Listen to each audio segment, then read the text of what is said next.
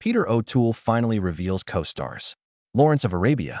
Peter Seamus O'Toole was born on August 2nd, 1932, in Connemara, County Galway, Ireland, or Leeds, Yorkshire, England, as he sometimes mischievously claimed.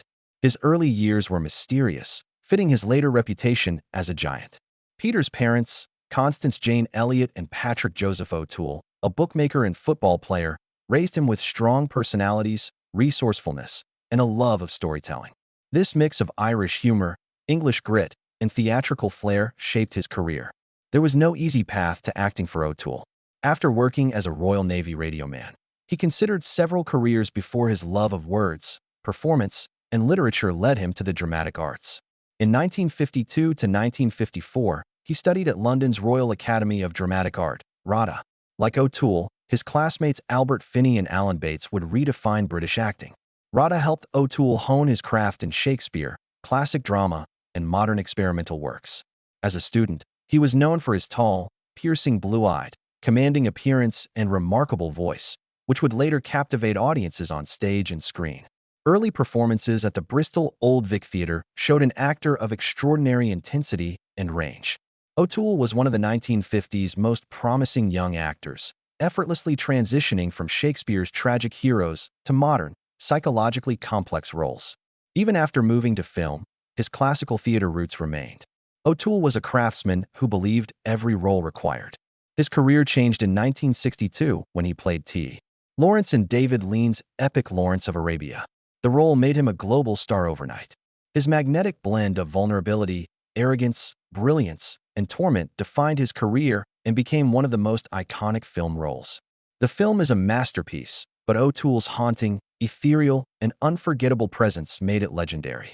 His piercing blue eyes against the desert backdrop became a signature image in world cinema. For this role, he received his first Academy Award nomination, which he did not win but established him as a top actor of his generation. In subsequent decades, O'Toole's career was marked by artistic daring. He is one of the most nominated actors to never win an Oscar, with 8 nominations.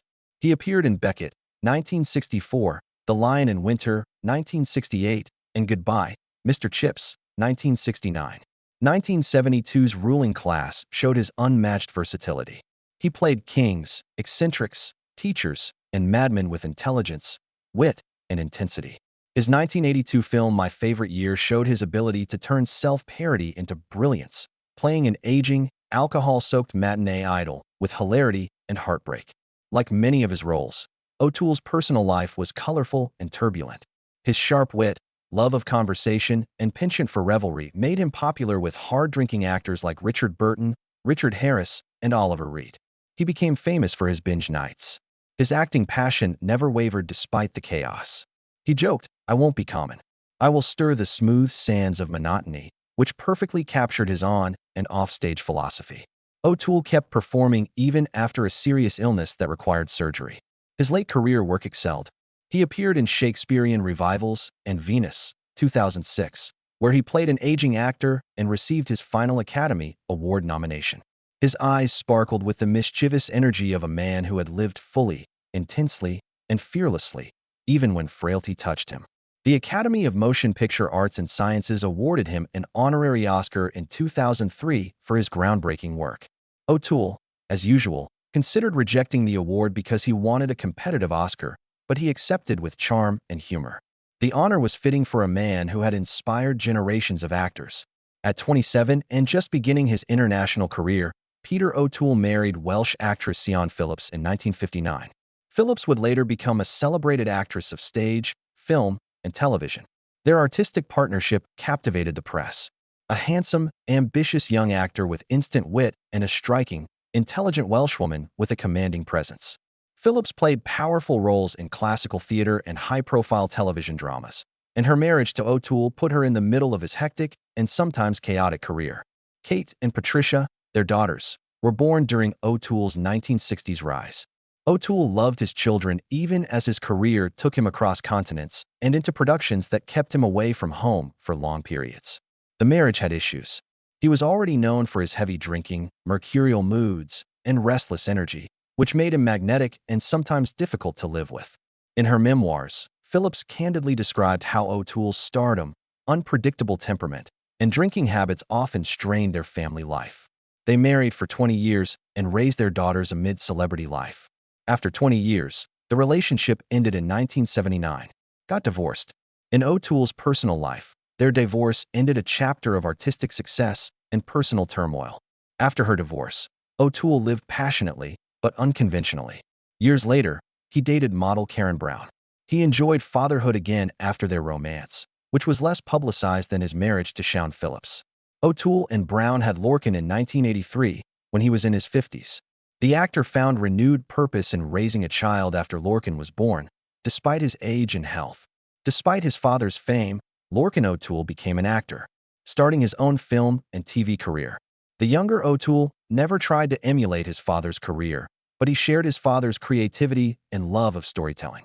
Peter O'Toole was often asked about his co-stars in Lawrence of Arabia, 1962, which propelled him to international fame. O'Toole was tactful for decades, focusing on the production's artistry rather than the actors' personalities.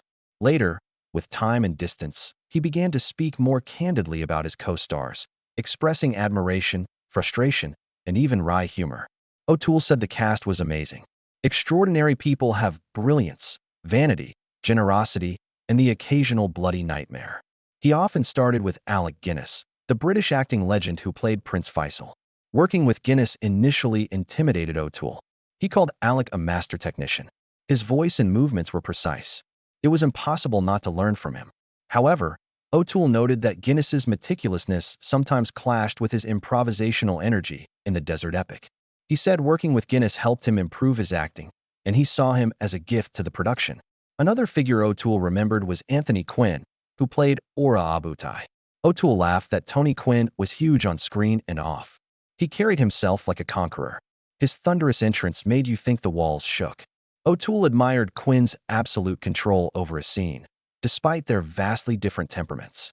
He admitted that Quinn's intensity sometimes bordered on excessive joking.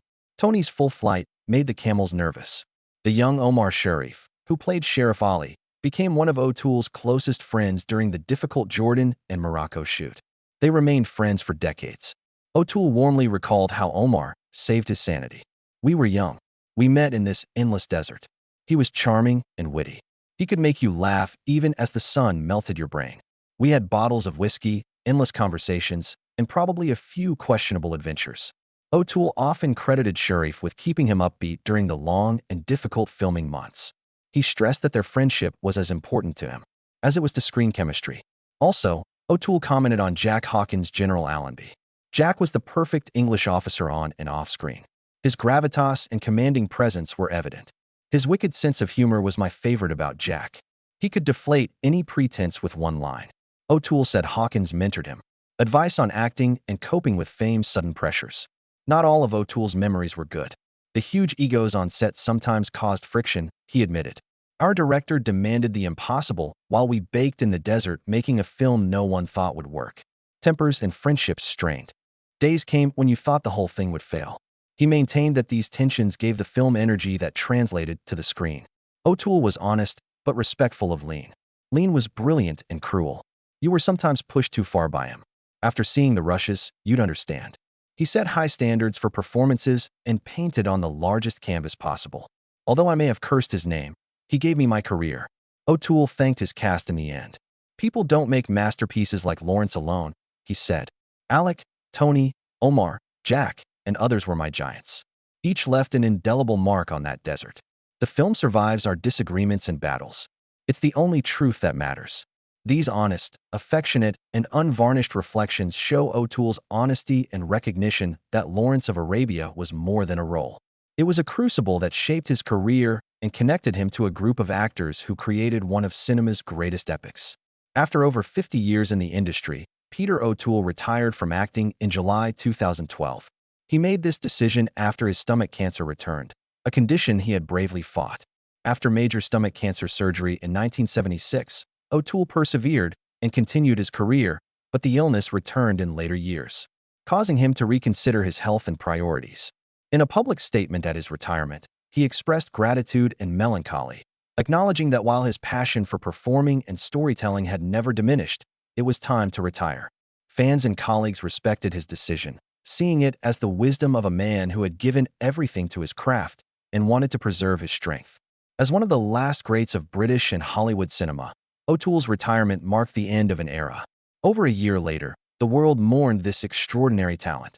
Peter O'Toole died at the Wellington Hospital in St. John's Wood, a historic northwest London neighborhood, on December 14, 2013. His age was 81. After his death, actors, directors, critics, and fans who were touched by his work paid tribute worldwide. Given his notorious hard lifestyle, alcoholism, and serious illness, O'Toole's longevity of 81 was remarkable. His death ended a brilliant career and the life of a man as dramatic and compelling as his characters on screen. His death occurred at Wellington Hospital, one of London's top private hospitals. His final days were spent in care there. His death ended a life of triumphs, controversies, and lasting contributions to film and theater.